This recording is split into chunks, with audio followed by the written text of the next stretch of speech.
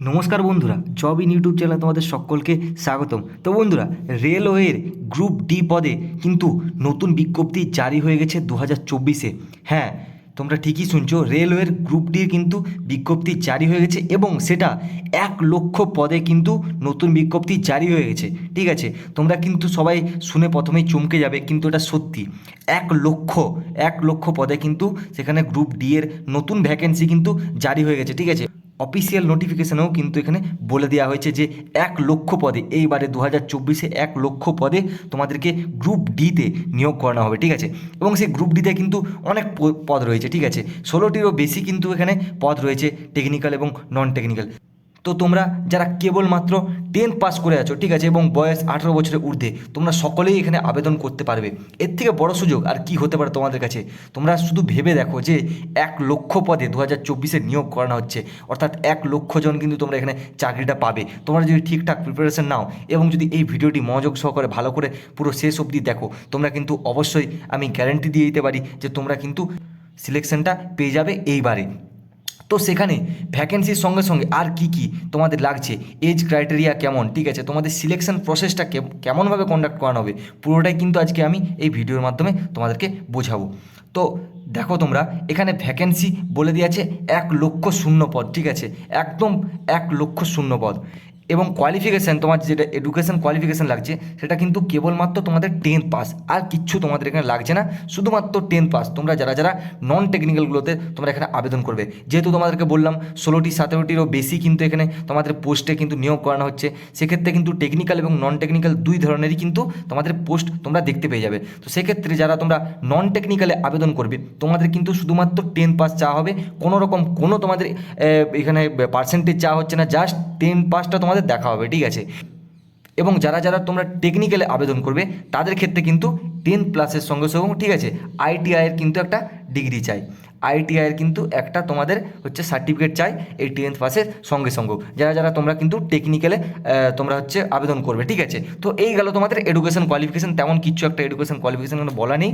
ঠিক আছে, এরপর তোমরা দেখে নাও যে এজ কিন্তু তোমাদের বলে দিয়েছে 18 থেকে 33 বছর বয়স অবধি তোমরা এখানে আবেদন করতে পারবে, এবং এই এজের উপরেও কিন্তু তোমাদের ছাড় রয়েছে। যারা তোমরা ওবিসি কাস্ট রয়েছো, তারা কিন্তু এখানে 3 বছরের ছাড় পেয়ে যাবে এই এজের উপরেও, এবং যারা যারা এসসি এবং এসটি রয়েছে, তারা কিন্তু 5 বছরের ছাড় পেয়ে যাবে এই এজের উপরেও। তো এটা গেল পুরো ভ্যাকেন্সি, কোয়ালিফিকেশান এবং হচ্ছে এজের ব্যাপারটা। ঠিক আছে, তো এরপর তোমরা দেখে নাও যে পুরো যে নিয়োগ প্রক্রিয়াটা, সেটা কিভাবে তোমাদেরকে হচ্ছে কন্ডাক্ট করানো হচ্ছে, যে কি কি স্টেপ রয়েছে নিয়োগে। ঠিক আছে, তো সেখানে প্রথমেই তোমরা দেখতে পেয়ে যাবে একটা হচ্ছে রিটেন এক্সাম। ঠিক আছে, তো সেই রিটেন এক্সামটা কী হবে না, সিবিটি বেসড হবে, অর্থাৎ তোমাদেরকে কম্পিউটারে বসে কিন্তু পরীক্ষাটা দিতে হবে। তোমাদেরকে এখানে কোনো সেই ওএমআর সিটে বসে কিন্তু তোমাদেরকে ঘর বসে বসে পূরণ করে ওই রকমভাবে কিন্তু তোমাদের কোনো পরীক্ষা দিতে হচ্ছে না।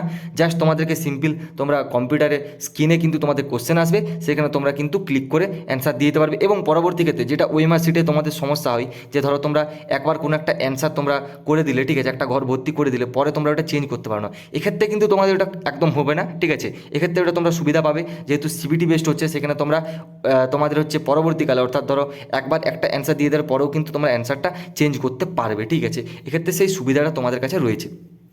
তো রিটেন এক্সামে তোমরা যে সিলেবাসটা, সেটা একটু এক নজরে দেখে নাও যে কী কী তোমাদেরকে টোটাল পড়তে হবে রিটেন এক্সামে। ঠিক আছে, তো রিটেন এক্সামে তোমাদেরকে ফার্স্ট কিন্তু এখানে তোমাদের দেখে নাও যে আছে কিন্তু জেনারেল সায়েন্স থেকে 25টা কোশ্চেন থাকবে। ঠিক আছে, ম্যাথ থেকে 25টা কোশ্চেন থাকবে, রিজনিং থেকে তোমাদের 30টা কোশ্চেন থাকবে। ঠিক আছে, এবং জেনারেল অ্যাফেয়ারেন্স থেকে 20টা কোশ্চেন থাকবে। ঠিক আছে, টোটাল কিন্তু তোমরা এখানে দেখতেই পাচ্ছ 25, 25, 50 প্লাস 30, 80 এবং 20, 100, অর্থাৎ তোমাদের টোটাল এখানে 100 নাম্বারের কিন্তু এখানে পরীক্ষা তোমাদেরকে নেওয়া হচ্ছে রিটেন এক্সামে। ঠিক আছে, এবং সেটা টাইম দেওয়া থাকবে, অর্থাৎ ডিউরেশন থাকবে 90 মিনিট, অর্থাৎ তোমাদের 1 ঘন্টা 30 মিনিট, এবং তোমাদের নেগেটিভ মার্কিং থাকবে 1/3, অর্থাৎ তোমরা যদি 3টে কোশ্চেন ভুল করো, সেক্ষেত্রেও তোমাদের 1 নাম্বার কিন্তু কেটে নেওয়া যাবে। ঠিক আছে, এটা হলো তোমাদের নেগেটিভ মার্কিংটা।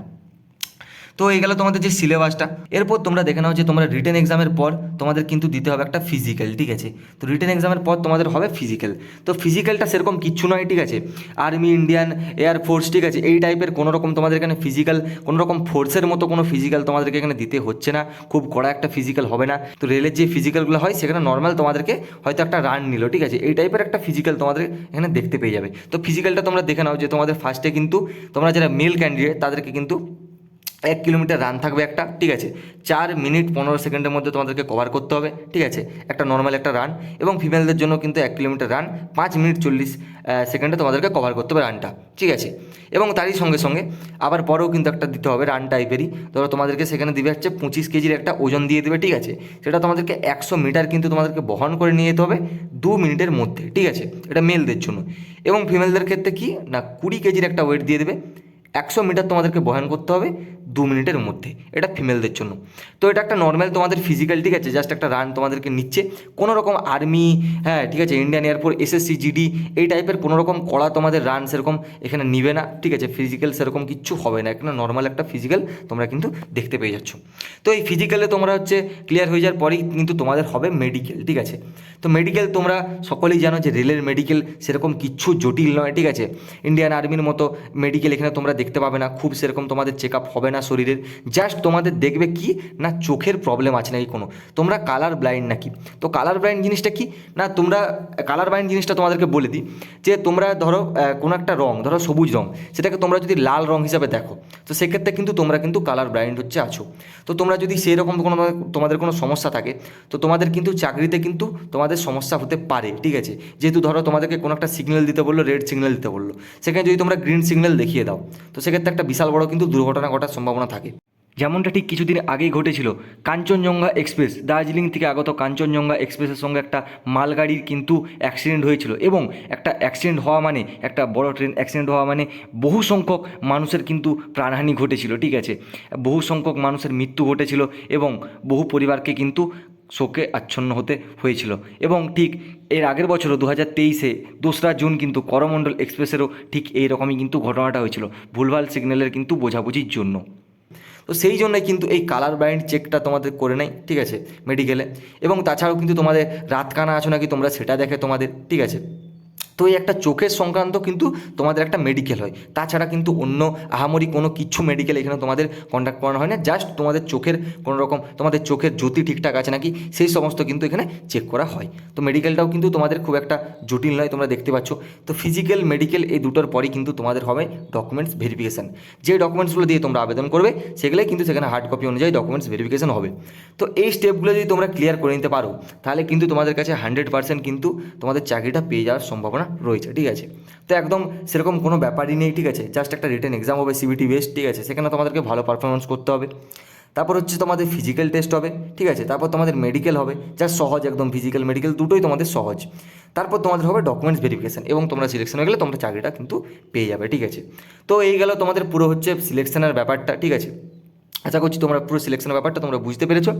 তো এরপর তোমাদের যেটা গুরুত্বপূর্ণ জিনিস, একটা খুবই ইম্পর্ট্যান্ট জিনিস যেটা তোমাদের জানার, যে অ্যাপ্লাই ডেটটা কবে আসবে, ঠিক আছে। তো অ্যাপ্লাই ডেটটা তোমাদেরকে বলে দিই না, অক্টোবর 2024-এ কিন্তু তোমরা অ্যাপ্লাই ডেটটা দেখতে পেয়ে যাবে, ঠিক আছে। অক্টোবর 2024-এ কিন্তু তোমরা অ্যাপ্লাই ডেটটা কিন্তু তোমাদের জারি হয়ে যাবে, ঠিক আছে। একদম অফিসিয়ালিভাবে তোমাদের হচ্ছে অ্যাপ্লাই শুরু হয়ে যাবে অক্টোবরেই কিন্তু, ঠিক আছে। তো যে অফিসিয়ালি ক্যালেন্ডারটা আরআরবি জারি করেছিল, তোমরা অন স্ক্রিন দেখতে পাচ্ছ, এখানে কিন্তু তারা জানিয়ে দিয়েছিল যে অক্টোবরের 2024-এর মধ্যেই কিন্তু হচ্ছে তোমাদের এই গ্রুপ ডি এর ভ্যাকেন্সিটা কিন্তু অ্যাপ্লাই শুরু হয়ে যাবে, ঠিক আছে। একদম অফিসিয়ালিভাবে অ্যাপ্লাই তোমাদের কিন্তু শুরু হয়ে যাবে, কোনো রকম ফেক কিন্তু আপডেট নয়, তোমরা কিন্তু চেক করে নিতে পারো অফিসিয়ালি যে ক্যালেন্ডার সেখান থেকে। তো এই গেল তোমাদের পুরো ব্যাপারটা, আশা করি তোমরা বুঝতে পেরেছো পুরো জিনিসটাই তোমাদের কাছে, আশা করছি সহজভাবে আমি বুঝতে পেরেছি, ঠিক আছে। তো তোমরা নিশ্চয়ই বুঝতে পেরেছো যে ভ্যাকেন্সি কিন্তু আসবেই। তো তোমরা যারা যারা রেলের চাকরি করতে চাও, ঠিক আছে, রেলের চাকরি করার একটা তোমার যাদের যাদের স্বপ্ন, ঠিক আছে, যে রেলের চাকরি তোমরা সকলেই জানো এখানে কোনো তোমাদের রিস্কের কোনো ব্যাপার নেই, তোমরা কিন্তু শান্তিপূর্ণভাবে তোমাদের চাকরি করবে, ঠিক আছে। এবং তোমরা মাসের শেষে মাইনেও পেয়ে যাবে, একটা ভালো মাপের কিন্তু মাইনে পেয়ে যাবে মাসের শেষে। এখানে কিন্তু প্রায় 45,000 থেকে কিন্তু তোমরা জয়েনিং পেয়ে যাবে, ঠিক আছে। 45,000 টাকা থেকে তোমরা জয়েনিং পেয়ে যাবে স্যালারি। তাহলে একটা ভালো পরিমাণের কিন্তু একটা তোমাদের কাছে একটা কী বলবো, যারা গ্র্যাজুয়েশন তোমরা লেভেলের স্টুডেন্ট যেই একটা পরিমাণে একটা স্যালারি পাই, সেই পরিমাণের কিন্তু তোমরা স্যালারি এখানে পেয়ে যাবে রেলের চাকরি থেকে। তো সেক্ষেত্রে তোমরা কেবলমাত্র 10 পাসে কিন্তু এত ভালো একটা চাকরির সুযোগ পেয়ে যাচ্ছ। তোমরা অবশ্যই কিন্তু ভালোভাবে প্রিপারেশন নেওয়া শুরু করে দাও, যাদের যাদের তোমাদের ইচ্ছা আছে চাকরিটা করার, ঠিক আছে। এবং চেষ্টা করো যে এই বছরের মধ্যেই যেমন তোমরা এই ভ্যাকেন্সিটা তোমরা কিন্তু যাতে ক্লিয়ার করতে পারো, ঠিক আছে। এবং তোমরা পুরো এই সুবর্ণ সুযোগটার কিন্তু তোমরা হাতছাড়া করো না, ঠিক আছে? তো তোমরা দেখতেই পাবে কিন্তু একটা সময় কিন্তু এই রেলের গ্রুপ ডিটাই কিন্তু 2024-এর সব থেকে বড় ভ্যাকেন্সি নামে কিন্তু পরিচিত হবে যখন অক্টোবরে তোমরা বেরাবে, ঠিক আছে? ভ্যাকেন্সিটা তোমরা কিন্তু দেখে নিবে। 1,00,000 পদে যেহেতু তোমাদের এই ভ্যাকেন্সিটা কন্ডাক্ট করানো হচ্ছে, তোমরা কিন্তু দেখতেই পেয়ে যাবে এত বড় ভ্যাকেন্সি কিন্তু এই 2024-এ বেরায়নি। তো তোমরা কিন্তু এই সুযোগটা হাতছাড়া করো না, অবশ্যই তোমরা কিন্তু জোর কদমে পড়াশোনা শুরু করে দাও। এছাড়াও যদি তোমাদের কোনো কিছু বুঝতে সমস্যা থাকে এই ব্যাপারে, অবশ্যই কমেন্টে জানাতে পারো, আমি যথাসম্ভব রিপ্লাই দেওয়ার চেষ্টা করব। তো এই ছিল পুরো আপডেটটি, আশা করছি তোমরা সকলেই পুরো ব্যাপারটা বুঝতে পেরেছো, ঠিক আছে? পুরো আপডেটটা সম্বন্ধে তোমাদেরকে আমি ক্লিয়ার করে দিতে পেরেছি। তো ভিডিওটি যদি ভালো লেগে থাকে অবশ্যই একটি তোমরা লাইক করে দিও, এবং রেলের এবং পোস্ট অফিস জিডিএস এবং এছাড়াও বিভিন্ন সরকারি চাকরি সম্বন্ধীয় আপডেট পেতে আমাদের চ্যানেলটিকে তোমরা সাবস্ক্রাইব করে নাও। সব থেকে প্রথম কিন্তু আমাদের চ্যানেলে তোমরা আপডেট পেয়ে যাবে। তো চলো বন্ধুরা, দেখা হচ্ছে আবার কোনো নতুন ভিডিওতে নতুন কোনো আপডেটের সঙ্গে। রাধে রাধে।